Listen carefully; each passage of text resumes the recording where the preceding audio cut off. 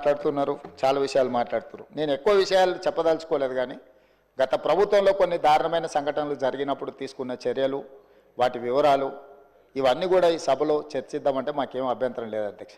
ఎక్కడైనా చెదురుమదురు సంఘటనలు జరిగినా, అనుకోకుంటే ఎవరైనా నేరానికి పాల్పడ్డప్పుడు నేరం అనేది ఎవరు మనకు చెప్పి ముందస్తుగా సమాచారం ఇచ్చి పాల్గొన్నారు. నేరం జరిగిన ఎంబడే ప్రభుత్వాలు వ్యవహరించిన తీరు అత్యంత కీలకం, అత్యంత ప్రాధాన్యతతో కూడుకున్నది అధ్యక్ష. అందుకే మన రైల్లో జరిగిన సంఘటన పట్ల కానీ, అది రైల్వే పోలీసుల పరిధిలో ఉన్నా కూడా మేము తక్షణమే చర్యలు తీసుకోవడానికి అన్ని రకాలుగా పోలీసులను అప్రమత్తం చేసినాం. ఏ చిన్న సంఘటన జరిగినా రాష్ట్ర ప్రభుత్వం అప్రమత్తంగా ఉంటుంది. ఆనాడు ఔటర్ రింగ్ రోడ్డు దగ్గర వెటర్నరీ డాక్టర్ను మీకు తెలుసు అధ్యక్ష, సాయంత్రం పూట అక్కడ ఉన్న డాక్టర్ని ఆ రోజు జరిగిన పరిస్థితులు, జరిగిన తర్వాత పరిణామాలు మనం అందరం చూసినాం. అదేవిధంగా అధ్యక్ష, న్యాయవాదులు వామన్ రావు గారు దంపతులు స్పష్టంగా కోర్టుకు వెళ్ళి మమ్మల్ని చంపుతారు, మమ్మల్ని చంపే ప్రక్రియలో ప్రభుత్వంలో ఉన్నవాళ్ళు, ప్రభుత్వానికి సంబంధించిన వాళ్ళే మమ్మల్ని చంపడానికి ప్రయత్నం చేస్తున్నారు, మాకు సెక్యూరిటీ ఇవ్వాలి అని చెప్పి హైకోర్టులో పిటిషన్ వేయడమే కాకుండా అక్కడ కోర్టులో కూడా వాదించి వస్తుంటే నడి బజార్లో నరికి చంపినారు అధ్యక్ష. నడి బజార్లో న్యాయవాదులను, హైకోర్టు న్యాయవాదులను నాడు నరికి చంపితే ఈనాటికి ఆ చంపిన వాళ్ళ మీద రకరకాలుగా ఆ రోజు కేసులో ఉన్న వాళ్ళని తప్పించి ఈరోజు సుప్రీంకోర్టులో రాష్ట్ర ప్రభుత్వం సిబిఐ విచారణకు వాళ్ళు కేసు వేస్తే ఈరోజు సిబిఐ విచారణ కోసం రాష్ట్ర ప్రభుత్వం మాకేం అభ్యంతరం లేదు, విచారణకు ఆదేశాలు ఇవ్వండి అని చెప్పే పరిస్థితి. న్యాయవాదులను చంపితే కూడా ఆనాడు ప్రభుత్వము ఏమాత్రం కూడా స్పందించలేదు. అదే కాకుండా అధ్యక్ష, తమరికి తెలుసు సింగరేణి కాలనీ మహేశ్వరం నియోజకవర్గం వస్తుంది అనుకుంటా, మన సంతోష్ నగర్ అవతల చంపాపేట పక్కన 6 సంవత్సరాల బాలికను గంజాయి మత్తులో రేప్ చేసి మర్డర్ చేస్తే ఆనాటి ప్రభుత్వంలో ఎలాంటి చర్యలు తీసుకోలేదు అధ్యక్ష. అదేవిధంగా అధ్యక్ష, 2020 సంవత్సరంలో దేశంలోనే మహిళలపై జరిగిన అత్యాచారాలల్లో ఆనాటి రాష్ట్ర ప్రభుత్వం 4వ స్థానాన్ని సాధించింది అధ్యక్ష. తెలంగాణ రాష్ట్రం మహిళల మీద జరిగిన మొత్తం చిన్నారులపై వీళ్ళపై అగత్యాలు జరిగిన దాంట్లో ఎన్సీఆర్బీ ఇచ్చిన నివేదిక ప్రకారం రాష్ట్రం 4వ స్థానంలో ఉండే అధ్యక్ష. అదేవిధంగా అధ్యక్ష, ఇట్లాంటి ఒక్క దగ్గర కాదు, ఎన్నో సంఘటనలు. జూబ్లీ హిల్స్లో మైనర్ బాలికను పబ్లో నుంచి తీసుకెళ్ళి అక్కడికక్కడనే జూబ్లీ హిల్స్లో రేప్ చేస్తే ఆ రేప్ చేసిన దాంట్లో టీఆర్ఎస్ నాయకుడి కుమారుడే అందులో ప్రత్యక్షంగా పాల్గొంటే ఆ రోజు వాళ్ళను కాపాడడానికి ప్రయత్నం చేసిండ్రు అధ్యక్ష. అదేవిధంగా అధ్యక్ష, వక్ఫ్ బోర్డ్ చైర్మన్ కొడుకే ఆ రోజు కేసులో ఉండడానికి కేసు కట్టడం జరిగింది అధ్యక్ష. సరిగ్గా నేను ఎక్కువ దూరం వెళ్ళి ఆరోపణలు చేయదలుచుకోలేదు. ఆ రోజు ఉన్న ఒక మంత్రి గారి కుటుంబానికి సంబంధించిన వాళ్ళ మీద కూడా వచ్చిన ఆరోపణలు మీ అందరి దృష్టికి వచ్చినాయి అధ్యక్ష. అదేవిధంగా ఈరోజు ఇట్లాంటి సంఘటనలు జరిగినప్పుడు మన అందరం కూడా బాధితుల పట్ల సానుభూతితో నుండి నేరగాళ్ల పట్ల కఠినంగా వ్యవహరించడానికి సహకరించాలి. అట్లా కాకుండా ఇదేదో ప్రభుత్వమే ప్రత్యేకంగా ఈ చర్యలు చేసే వాళ్ళను కాపాడుతుంది అన్నట్టుగా ప్రధాన ప్రతిపక్ష పార్టీ ఈ రకంగా ఆరోపణలు చేయడం, తద్వారా ఒక ఆందోళనకరమైన పరిస్థితి కల్పించి తెలంగాణ రాష్ట్రంలోకి వచ్చే పెట్టుబడులను రానియకుండా, పెట్టుబడులు ఎప్పుడు వస్తాయి అధ్యక్ష? శాంతి భద్రతలు, పెట్టుబడిదారులకు రక్షణ కల్పించినప్పుడే రాష్ట్రానికి పెట్టుబడులు వస్తాయి. ఈరోజు ఏ మంచి పని చేపడదామన్నా దానికి ఒక దురుద్దేశాన్ని ఆపాదించి ఆ దురుద్దేశం ద్వారా తెలంగాణ రాష్ట్రం మొత్తం కుప్పగూలిపోయింది.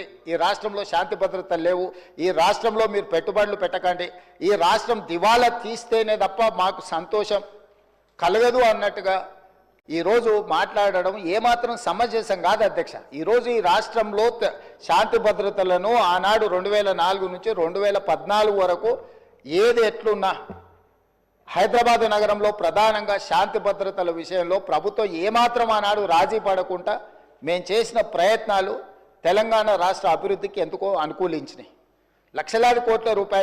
వేలాది కోట్ల రూపాయల పెట్టుబడులు వచ్చి లక్షలాది ఉద్యోగ ఉపాధి అవకాశాలు హైదరాబాద్ నగరంలో తెలంగాణ రాష్ట్రంలో ఎందుకు వచ్చినాయి అధ్యక్ష? ఆనాటి ప్రభుత్వాలు తీసుకున్న నిర్ణయాలు, నేరగాళ్ల పట్ల వ్యవహరించిన తీరు, కఠినంగా వాళ్ళని అణచివేయడంతో ఈ రాష్ట్రానికి పెట్టుబడులు వచ్చినాయి, సంస్థలన్నీ వచ్చినాయి అధ్యక్ష. ఈరోజు సైబరాబాద్ ప్రాంతం కానీ, హైటెక్ సిటీ ప్రాంతం కానీ, ఔటర్ రింగ్ రోడ్ ప్రాంతం కానీ, అంతర్జాతీయ ఎయిర్పోర్ట్ ప్రాంతం కానీ, గచ్చిబౌలి కానీ, ఇలా చెప్పుకుంటూ వెళ్తే రాయదుర్గం కానీ ఇవన్నీ ఎప్పుడు విస్తరించినాయి అధ్యక్ష? ఎప్పుడు అభివృద్ధి చెందినాయి? హైదరాబాదు నగరంలో ఒకనాడు ఉమ్మడి రాష్ట్రంలో లేకపోతే అంతకంటే ముందు మత కల్లోలాలు ఉంటే కూడా అందరినీ కూడదీసుకొని అందరిని కలుపుకొని వాటిని అణిచివేసిన తర్వాత ఈ రాష్ట్రం అంటే శాంతి భద్రతలకు ఒక వేదిక అని తయారు చేసిన తర్వాతనే మనకు పెట్టుబడులు వచ్చినాయి అధ్యక్ష. విస్తరణలో భాగంగా మెట్రో కానీ, రోడ్లు కానీ, ఫ్లైఓవర్లు కానీ, కృష్ణానది జలాలు కానీ, గోదావరి జలాలు కానీ, ఇట్లా ప్రతిదీ హైదరాబాదు నగరం యొక్క మౌలిక వసతులను పెంచడమే కాకుండా శాంతి భద్రతలు కాపాడడంతో మన రాష్ట్రానికి పెట్టుబడులు వచ్చినాయి అధ్యక్ష. ఈరోజు ఒక మంచి ఉద్దేశంతో చేపట్టిన చర్యలను కూడా మీ స్వార్థం కోసం ఈ ప్రభుత్వం విఫలం చెందింది అని చిత్రీకరించాలన్న ఆలోచనతోని ప్రభుత్వం మీద, కాంగ్రెస్ పార్టీ మీద చేసే దాడిలో భాగంగా తెలంగాణ అభివృద్ధి మీద కూడా మీరు యాసిడ్ దాడులు చేసే పరిస్థితులు వచ్చినాయి అధ్యక్ష. తెలంగాణ కుప్పగూలాలన్న ఒక ఆలోచనతోని కుట్రపూరితంగా అన్ని రకాల వేదికల మీద తప్పుడు ప్రచారం చేయడం వల్ల ఈరోజు తెలంగాణ ప్రతిష్టను మసకబార్చే ప్రయత్నం చేస్తున్నారు అధ్యక్ష. దయచేసి తమరి ద్వారా నేను చేస్తున్న విజ్ఞప్తి ఒకటే, ఇట్లాంటి కుట్రలు చేయకండి. ఈ కుట్రలు తెలంగాణ రాష్ట్రానికి ప్రయోజనం కాదు. రేపు భవిష్యత్తులో మీరు అధికారంలోకి రావాలన్న ఆలోచన చేస్తున్నామని మీరు పదే పదే చెప్తారు. చాలా దగ్గరలో వచ్చేసారి మేమే అధికారంలోకి వస్తామంటారు. మరి వచ్చేసారి మీరు అధికారంలోకి రావాలంటే రాష్ట్రం దివాలా తీసి రాష్ట్రం మొత్తం తగలబడిపోయి రాష్ట్రానికి పెట్టుబడులు రాకుండా వచ్చిన పెట్టుబడులు ఇతర రాష్ట్రాలకు తరలిపోయి ఇది జరిగితే ఈ రాష్ట్రానికి ఏమైనా ప్రయోజనం చేకూరుస్తుందా?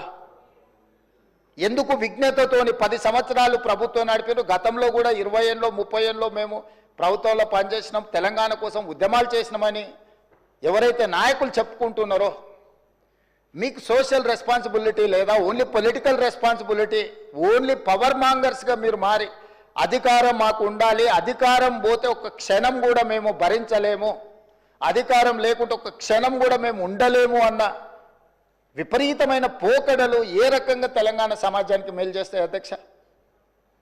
ఈరోజు తెలంగాణ రాష్ట్రాన్ని ప్రపంచ చిత్రపటం మీద పెట్టాలి అని మేము చేస్తున్న ప్రయత్నాలను మేము నిరంతరం పెట్టుబడులను ఆకర్షించే ఉద్యోగ ఉపాధి అవకాశాలు పెంచాలని ఏదైతే ప్రయత్నం చేస్తున్నామో, శాంతి భద్రతలను కాపాడాలని మేము నిర్విరామంగా చేస్తున్న కృషి, మేము వచ్చిన తర్వాత అది గణేష్ నిమజ్జనం కావచ్చు, లేకపోతే మొహరం కావచ్చు, బక్రీద్ కావచ్చు, అన్ని మతాలకు సంబంధించిన పండుగలలో ఎక్కడైనా చిన్న చెదురుమదురు సంఘటన కూడా ఏదైనా జరిగిందా అధ్యక్ష? ఈ 15 నెలలలో ఎక్కడైనా శాంతి భద్రతల విషయంలో ఎక్కడైనా మేము రాజీపడ్డామా అధ్యక్ష?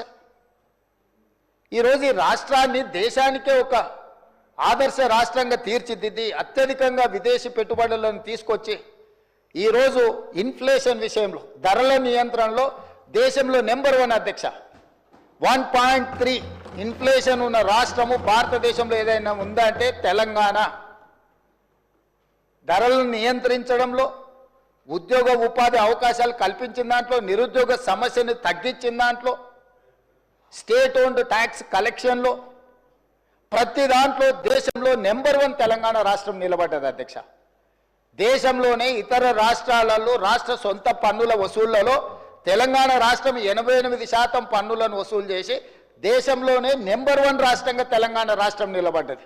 మహారాష్ట్ర నెంబర్ 2, మిగతా రాష్ట్రాలు అట్లుంటే ప్రధానమంత్రిగా ప్రాతినిధ్యం వహించే గుజరాత్ 6-7 స్థానానికి పోయింది అధ్యక్ష. ఇవన్నీ కూడా మా సహచర మంత్రులు, అధికారులు అందరు కష్టపడి చేస్తున్న ప్రయత్నాన్ని మీరు అభినందించండి. అప్పుడే అంత ఆత్రము, అంత తాపత్రయము, అంత అసహనం ఎందుకని నేను అడుగుతున్నా. కడుపు నిండా విషం పెట్టుకొని ఎందుకు ఈ మాటలు?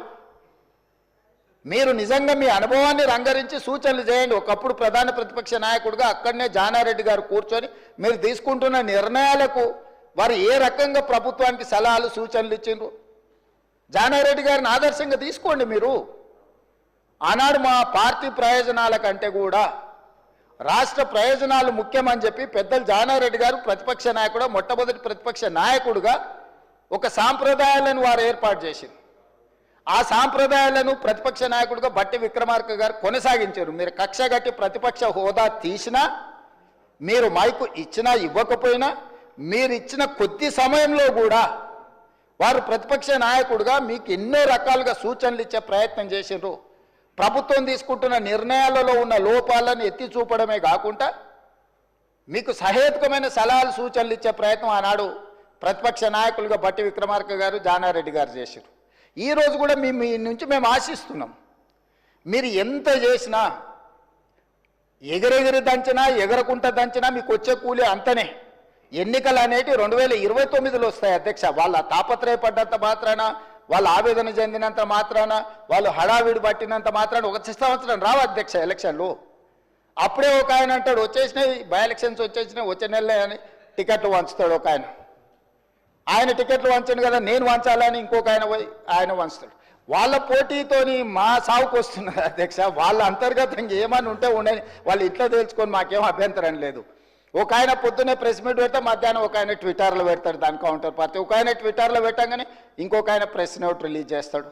వీళ్ళిద్దరు ఇట్లా చేశారు కదా అని పెద్దల సభలో ఉన్న వాళ్ళు వాళ్ళ వైపు నుంచి వాళ్ళు అదే ప్రయత్నం చేస్తున్నారు. వాళ్ళ పోటీ రాష్ట్ర ప్రభుత్వానికి తలకాయ నొప్పిగా మారిపోయింది అధ్యక్ష. ఈరోజు అందుకే నేను ఒకటే విజ్ఞప్తి చేస్తున్నా అధ్యక్ష, ఎన్నికలు మహేశ్వర్ రెడ్డి గారి పార్టీ జమిలీ ఎన్నికలు అంటారు, అవన్నీ కలిపి తీసుకొస్తామంటారు. ఇవన్నీ ఓవేళ అంతా కలిసి వస్తే 2028లో రావాల్సిన ఎలక్షన్లు అవి 2029కి పోయేటట్టు ఉన్నాయి అధ్యక్ష. సో ఉన్న అసెంబ్లీ కూడా ఇంకో 6 నెలలు ఎక్స్ట్రాగా ఉండే పరిస్థితులు జాతీయ స్థాయిలో మనకు కనిపిస్తున్నాయి అధ్యక్ష. సో ఈ 4 ఏళ్ళు మనము రాష్ట్రాన్ని మంచిగా అభివృద్ధి చేసుకుందాము. మీరు నా దగ్గరకు వచ్చిన వాళ్ళలో అప్పుడప్పుడు టీవీలలో పేపర్లలో ఎవరు వచ్చి కలిసినా కూడా